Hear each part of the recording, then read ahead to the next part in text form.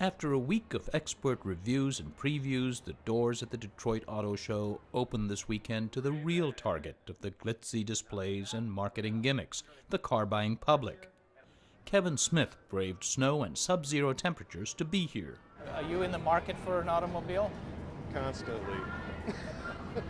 You're a car nut, in other words. Yes. But this 20-year General Motors veteran is looking for something much more basic than a new car. Like a lot of folks right now, I am unemployed looking for my next great opportunity, which hopefully will be back in the auto industry.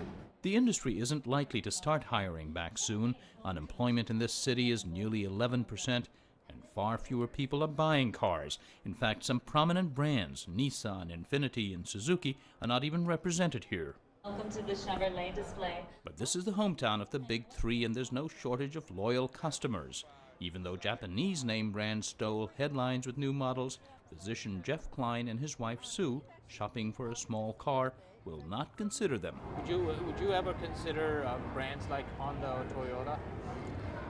Not right now, no, because we really want to buy American. We're trying to support American auto workers, the UAW.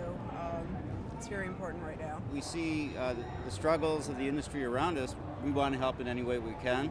In this crowd, there's a lot in a name. Even though many Japanese, German, and Korean models are made in the U.S., even though many Fords, for example, are made in Mexico. I don't know if I'd consider it American, but I would consider the car, yes.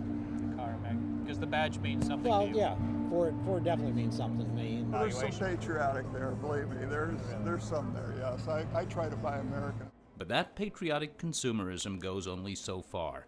Both Tom Overbaugh and Gary Fowler are firmly opposed to federal aid to automakers, even if it means that some iconic names would disappear.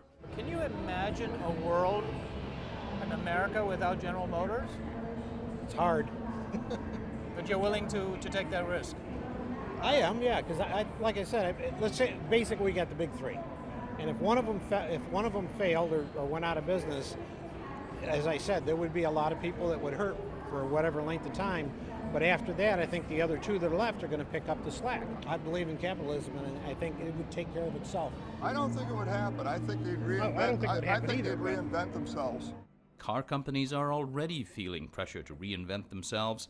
Even before the federal bailout, the University of Michigan's Bruce Belzowski says the government told them they had to raise fuel efficiency an average of 40% by 2020.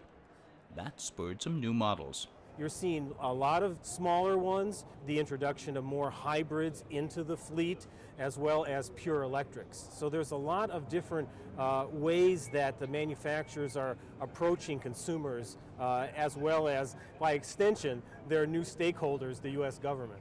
Chevrolet is home to the 2011 Volt, a revolutionary vehicle that uses our Volt-Tech system to deliver 40 miles of gasoline and emissions-free electric driving. GM's plug-in Chevrolet Volt is considered a critical model in the company's survival plan.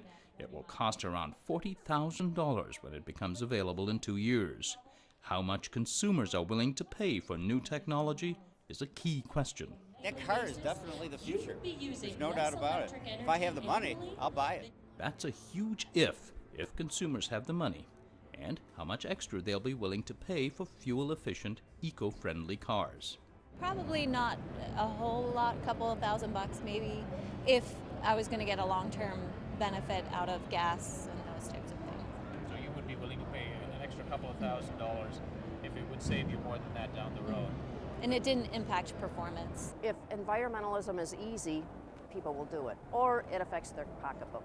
Michelle Krebs is an editor with the automotive site Edmunds.com. I mean, there clearly are people who are doing it for the environmental consciousness of it, the image of it, but I would say most people are doing it based on what's good for their wallet. She says automakers face a daunting challenge, coaxing consumers into cars they're not familiar with or sold on, and for as long as this recession continues, won't be able to afford. But auto shows are for fun, and it wasn't hard to coax Kevin Smith to forget the troubled job market, to dream of future possibilities, and to relive the glory days and songs past. I see a little silhouette of a man, Scaramouche, Scaramouche, will you do the fine thing?